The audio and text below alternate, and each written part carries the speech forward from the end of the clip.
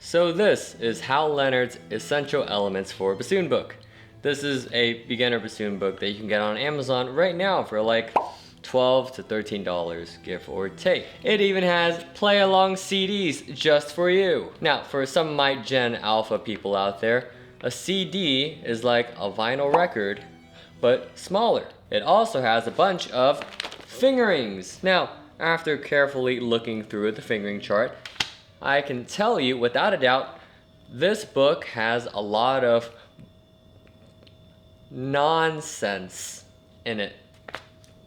Welcome to the channel. My name is Bassoon Dan, professional bassoon player. And in today's video, I'm going to give you a few tips and tricks on certain fingerings to make your bassoon playing better. We'll start off easy, and then we'll work our way up to some of the more funkier fingerings, which in this case happens to be from our lowest to our highest note. I will also label each fingering on if I think it's mandatory, recommended, or optional. For any non-bassoon players watching this video, good luck.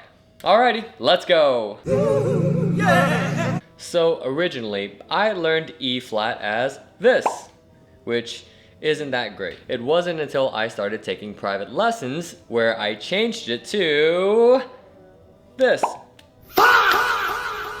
Yeah, it is left hand whisper key 1, 3, pinky, right hand 2, and top thumb here. So if you were to compare this old fingering to the new fingering, you're probably asking yourself, why is it so awkward? I hate this. Is it an awkward fingering? Yes, but, and you're gonna hear this phrase a whole lot this video, this fingering is great because it is stable, resonant, and in tune.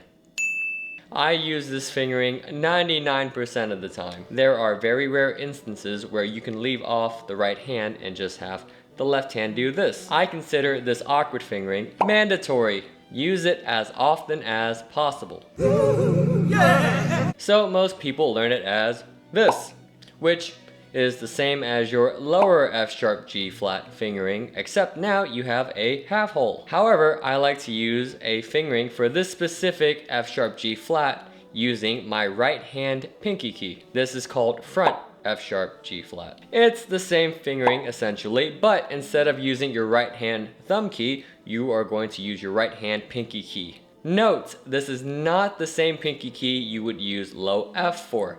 It is the key right above it. It almost seems like it's not even a key at all. Now, if you have a weak little pinky here, right, this fingering might hurt. But this fingering is great because it is stable, resonant, and in tune. I use this fingering maybe about 80% of the time. The only time I don't use it is when the previous or the next note uses another pinky key. So, for example, G flat to A flat or F sharp to G sharp.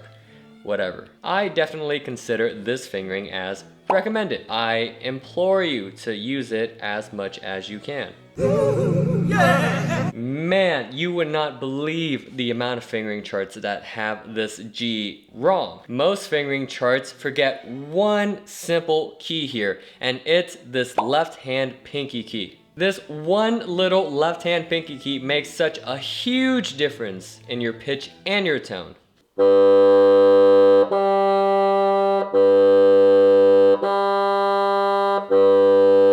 I use this fingering 100% of the time, and I consider this absolutely mandatory. If you were to only pick one fingering from this video, it's this one. This is super duper important. You play this note so often, and you owe it to yourself to make this note sound as good or as great as possible. Put the left hand pinky down. That is mandatory, no arguments. It'll change your life, I promise. Ooh, yeah. So I did a whole separate video about flicking not too long ago. I'm not gonna talk about flicking here, just if you have questions about it, go watch that video first, but after you finish this video. So if you wanted flicking, there you go.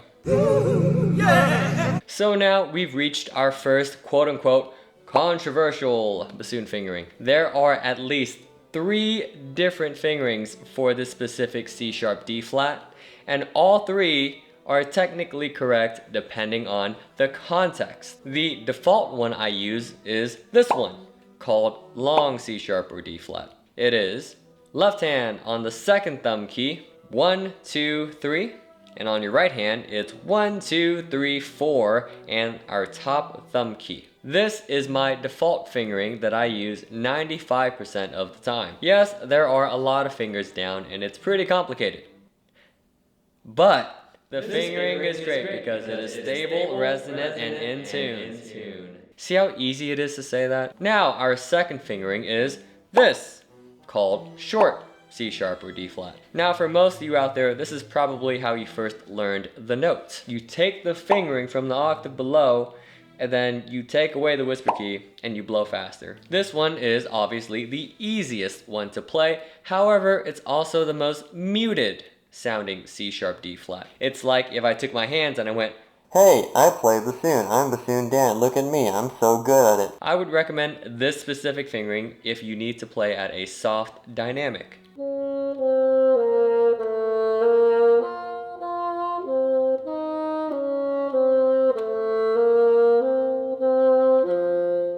Now, if the first fingering is long and the second fingering is short, I'll give you one guess on what this fingering is called.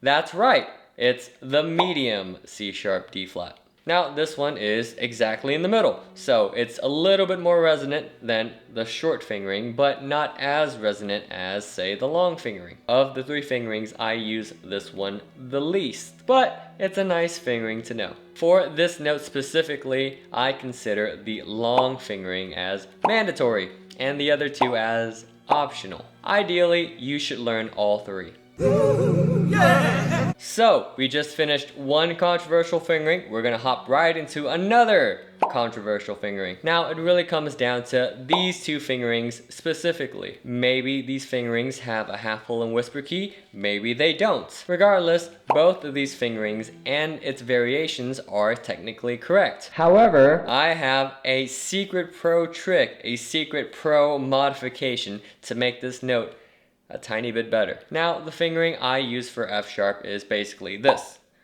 But, and here's the plot twist, I half hole the second finger on my left hand. You what? Half holing the second finger actually helps with response, especially if you have to slur into the note. It also may help a little bit with intonation. Regardless, this fingering is great because it is stable, resonant, and in tune.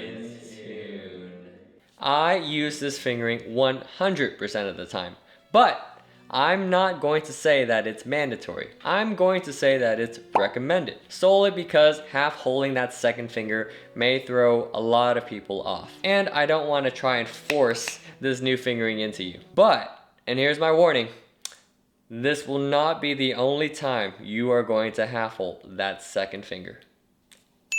Ooh, yeah. There are a few fingering charts that have G sharp, A flat, or high A as this, which is fine. I consider this fingering to be a shorthand version of it. I personally myself like to use the full fingering, which is this. Essentially the same, but you add your right hand middle finger and the top thumb key. Why?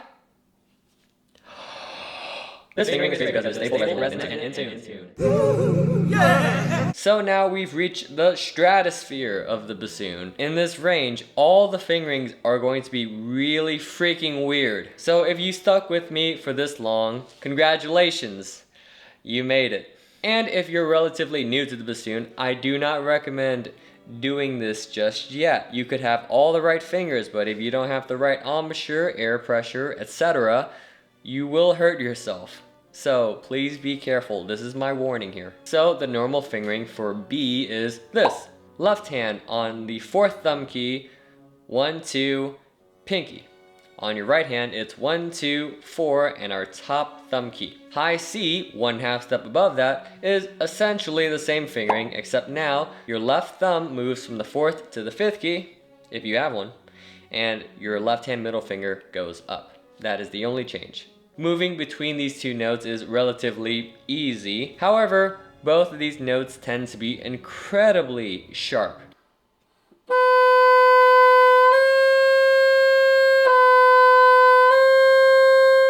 and so I like to use this alternate fingering for both notes. Your left hand will stay exactly the same whether if you are playing high B or high C respectively, and your right hand is the only one that changes. You are only going to put down the middle finger and your third thumb key, or the thumb key you would use for F sharp G flat. So it'll look something like this. This fingering will help with intonation with both notes, and it won't lose any of the resonance. I use this fingering for high B maybe like 90% of the time, but I actually don't use it for high C at all. On my setup here, by the way, I play on a Heckel 6000. My horn is almost 100 years old. It's almost as old as I am. Using this alternate fingering for high B works really well, but it makes high C incredibly flat.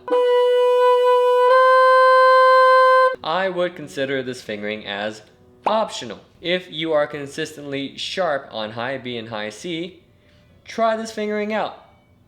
You never know. Okay, so from this point on, there are a ton of different fingerings you could use for this note and any note above it. So I'm just gonna straight up tell you what fingerings I use myself. If that works for you, great. If it doesn't, again, this is very high on the bassoon. If you are new to bassoon, do not try this at home. You will hurt yourself. So I use this fingering, which is left hand thumb on the 4th and the 5th thumb key. I can tell you already hate it. First finger, 3rd finger, pinky. On your right hand, it's 1st finger, 3rd finger. It's essentially just a double forked fingering. I don't have much else to say about this note, just say a prayer and take a lot of reed in your mouth.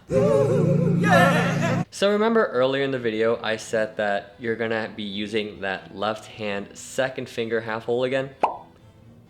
Yeah, this is it. So I use left hand on the 5th thumb key. 2nd finger is half hold, 3rd finger left hand pinky. On your right hand you're going to place down your 3rd finger. Now wait a second, there's another plot twist. With your right hand pinky, you're going to press down both of the pinky keys. Yes, that's right, both of them. Man, I love bassoon. Why are you so difficult?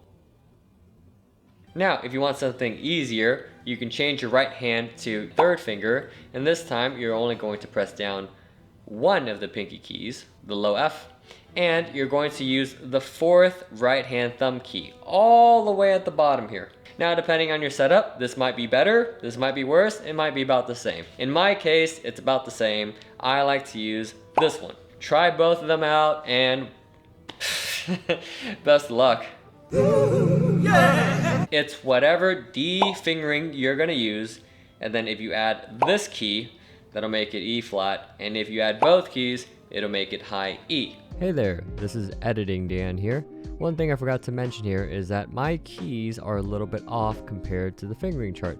This is because I have a modification on my horn called offset keys, where these 2 keys up here are placed below the tone holes of the original fingering chart. They work exactly the same, so I don't want you guys to be thrown off by them. They're just a little bit lower than what the original fingering chart had. So yeah, anyway, back to the video. If you're playing a chromatic passage, there's nothing wrong with that. You go really fast, it's not very hard, and then you go down. But if you're trying to tune these notes, both of these notes are incredibly flat.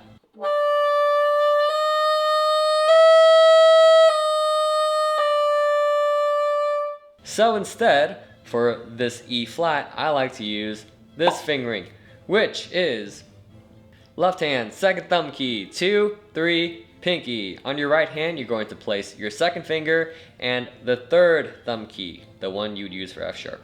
And then for high E, it's the same exact fingering, but now you're going to use that index finger on your left hand and press that key all the way at the very top there. Not only is this fingering more in tune, but response is way easier.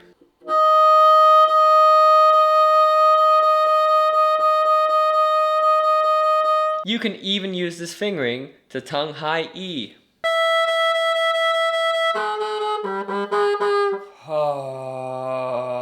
You can even use this fingering to tongue high E Sometimes you would still need the right embouchure, voicing, air pressure, etc. to even get this note out. Using this fingering isn't going to make the note magically come out without any prior training. Proceed with caution. Hopefully, I helped you out with at least one new fingering for today. Bassoon is a very difficult instrument and has one of the most complicated fingering systems of any instrument, really. I learned these fingerings after years of playing from other people, from other professionals, and from other educators. I wish I learned these fingerings growing up. You can follow some of the fingerings, all the fingerings, or just none of them. I don't care. Don't let some 45-year-old Asian man on YouTube tell you what to do with your instrument, especially some knockoff bassoon version of Ray Chen wannabe looking. Like and subscribe for more bassoon content. Hit that bell button, notifications, whatever, get the algorithm going. Follow your heart.